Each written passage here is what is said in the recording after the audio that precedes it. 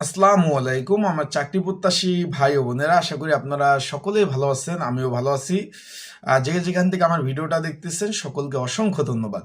Bangladesh judicial service commission সচিবালয়ের জেলা জজ তার অধীনস্থ আদালত ট্রাইব্যুনালের রাজস্ব খাতে শূন্য পদে বিশাল বড় একটা নিয়োগ বিজ্ঞপ্তি প্রকাশ করেছিল। তার মধ্যে একটা পদ ছিল কি, অফিস সহায়ক পদ, 20তম গ্রেড, ৮,২৫০ টাকা থেকে 20,০১০ টাকা। তার কিন্তু পরীক্ষা আগামী 17 জানুয়ারি 2026 সকাল 10টা থেকে 10টা 35 মিনিট, মাত্র মাত্র 35 মিনিট পরীক্ষা অনুষ্ঠিত হবে। ঢাকা উত্তর এবং দক্ষিণ সিটি কর্পোরেশনের বিভিন্ন স্কুল অ্যান্ড কলেজে পরীক্ষা অনুষ্ঠিত হবে। এখন বিষয়টা হলো, এখানে প্রশ্ন কেমন হবে। অনেকে জিজ্ঞাসা করতেছেন যে এখানে প্রশ্ন বলি বা প্রশ্ন ধরন বা এখানে পরীক্ষার প্রশ্ন ধরনটা কেমন হবে, অনেকে জানতে চেয়েছেন।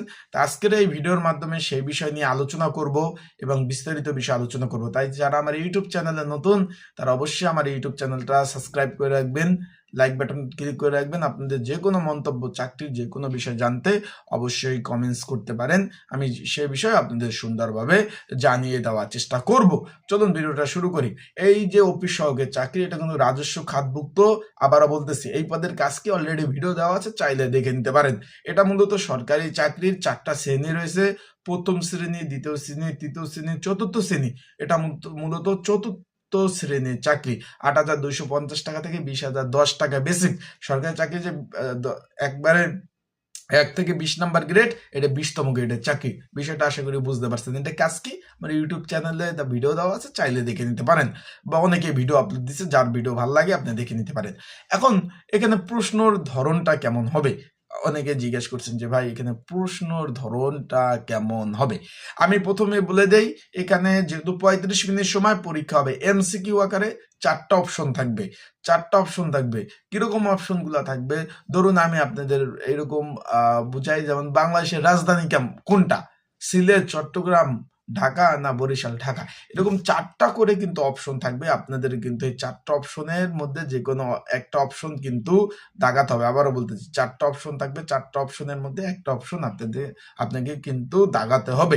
এখন এখানে পরীক্ষা, অনেকে বলছেন যে ধরনটা কঠিন হবে না সহজ হবে পরীক্ষা। ভাই প্রশ্ন অনেক হার্ড হবে, প্রশ্ন অনেক কঠিন হবে। কঠিন হওয়ার কারণ কি, এখানে কিন্তু আপনি বলবেন যে ভাই আমি তো অষ্টম শ্রেণী পাস, আমি অষ্টম শ্রেণী পাশে আমি আবেদন করছি, সেক্ষেত্রে অষ্টম শ্রেণী পাশে তো আর আহামরি প্রশ্নগুলা কঠিন হবে না, বা আহামরি প্রশ্নগুলা হবে না।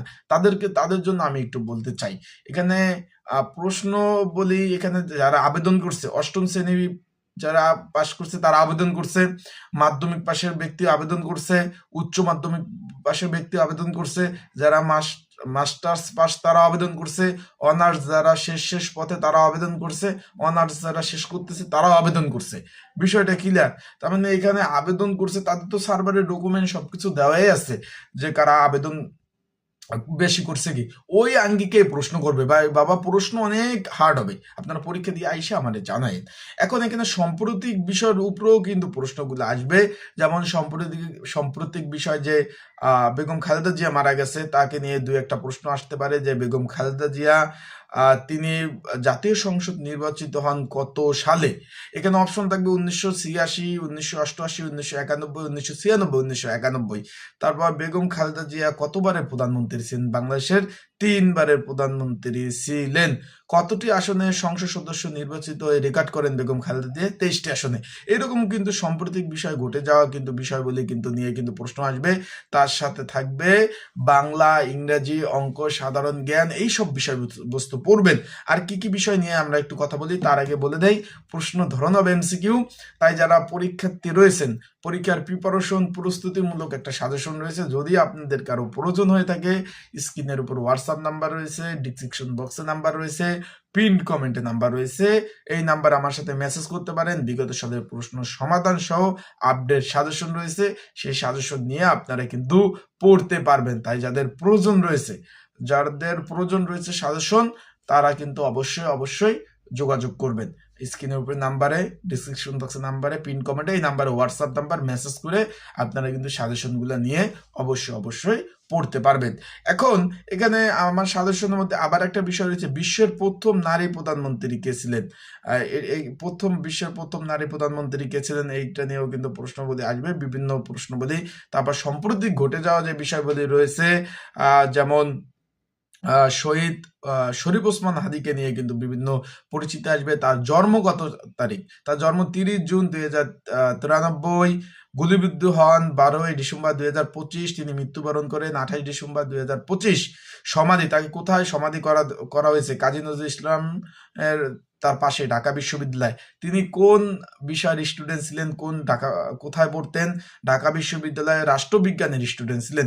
সাম্প্রতিক বিষয় কিন্তু কেয়ারটেকার সরকার নিয়ে বিভিন্ন ধরনের প্রশ্নবলী কিন্তু আসবে, এই ধরনের সাবজেক্ট ভিত্তিক অপশন কিন্তু থাকবে।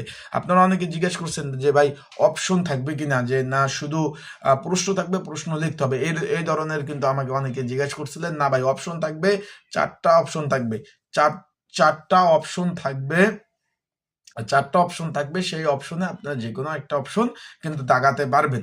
আশা করি বিষয়টা বুঝতে পারছেন। তাই সকলে ভালো থাকবেন, সুস্থ থাকবেন, চোখ রাখবেন আমার ইউটিউব চ্যানেল, ফেসবুক পেজে। ইনশাল্লাহ আপডেট তথ্যবলী বিষয়বলী আপনাদের নিয়েই পরবর্তীতে আমি আলোচনা করব। তাই লাইক বাটনটা ক্লিক করে রাখেন, আর আপনাদের যে কোনো মন্তব্য যদি জানার থাকে অবশ্যই কিন্তু কমেন্টস করতে পারেন। আসসালাম।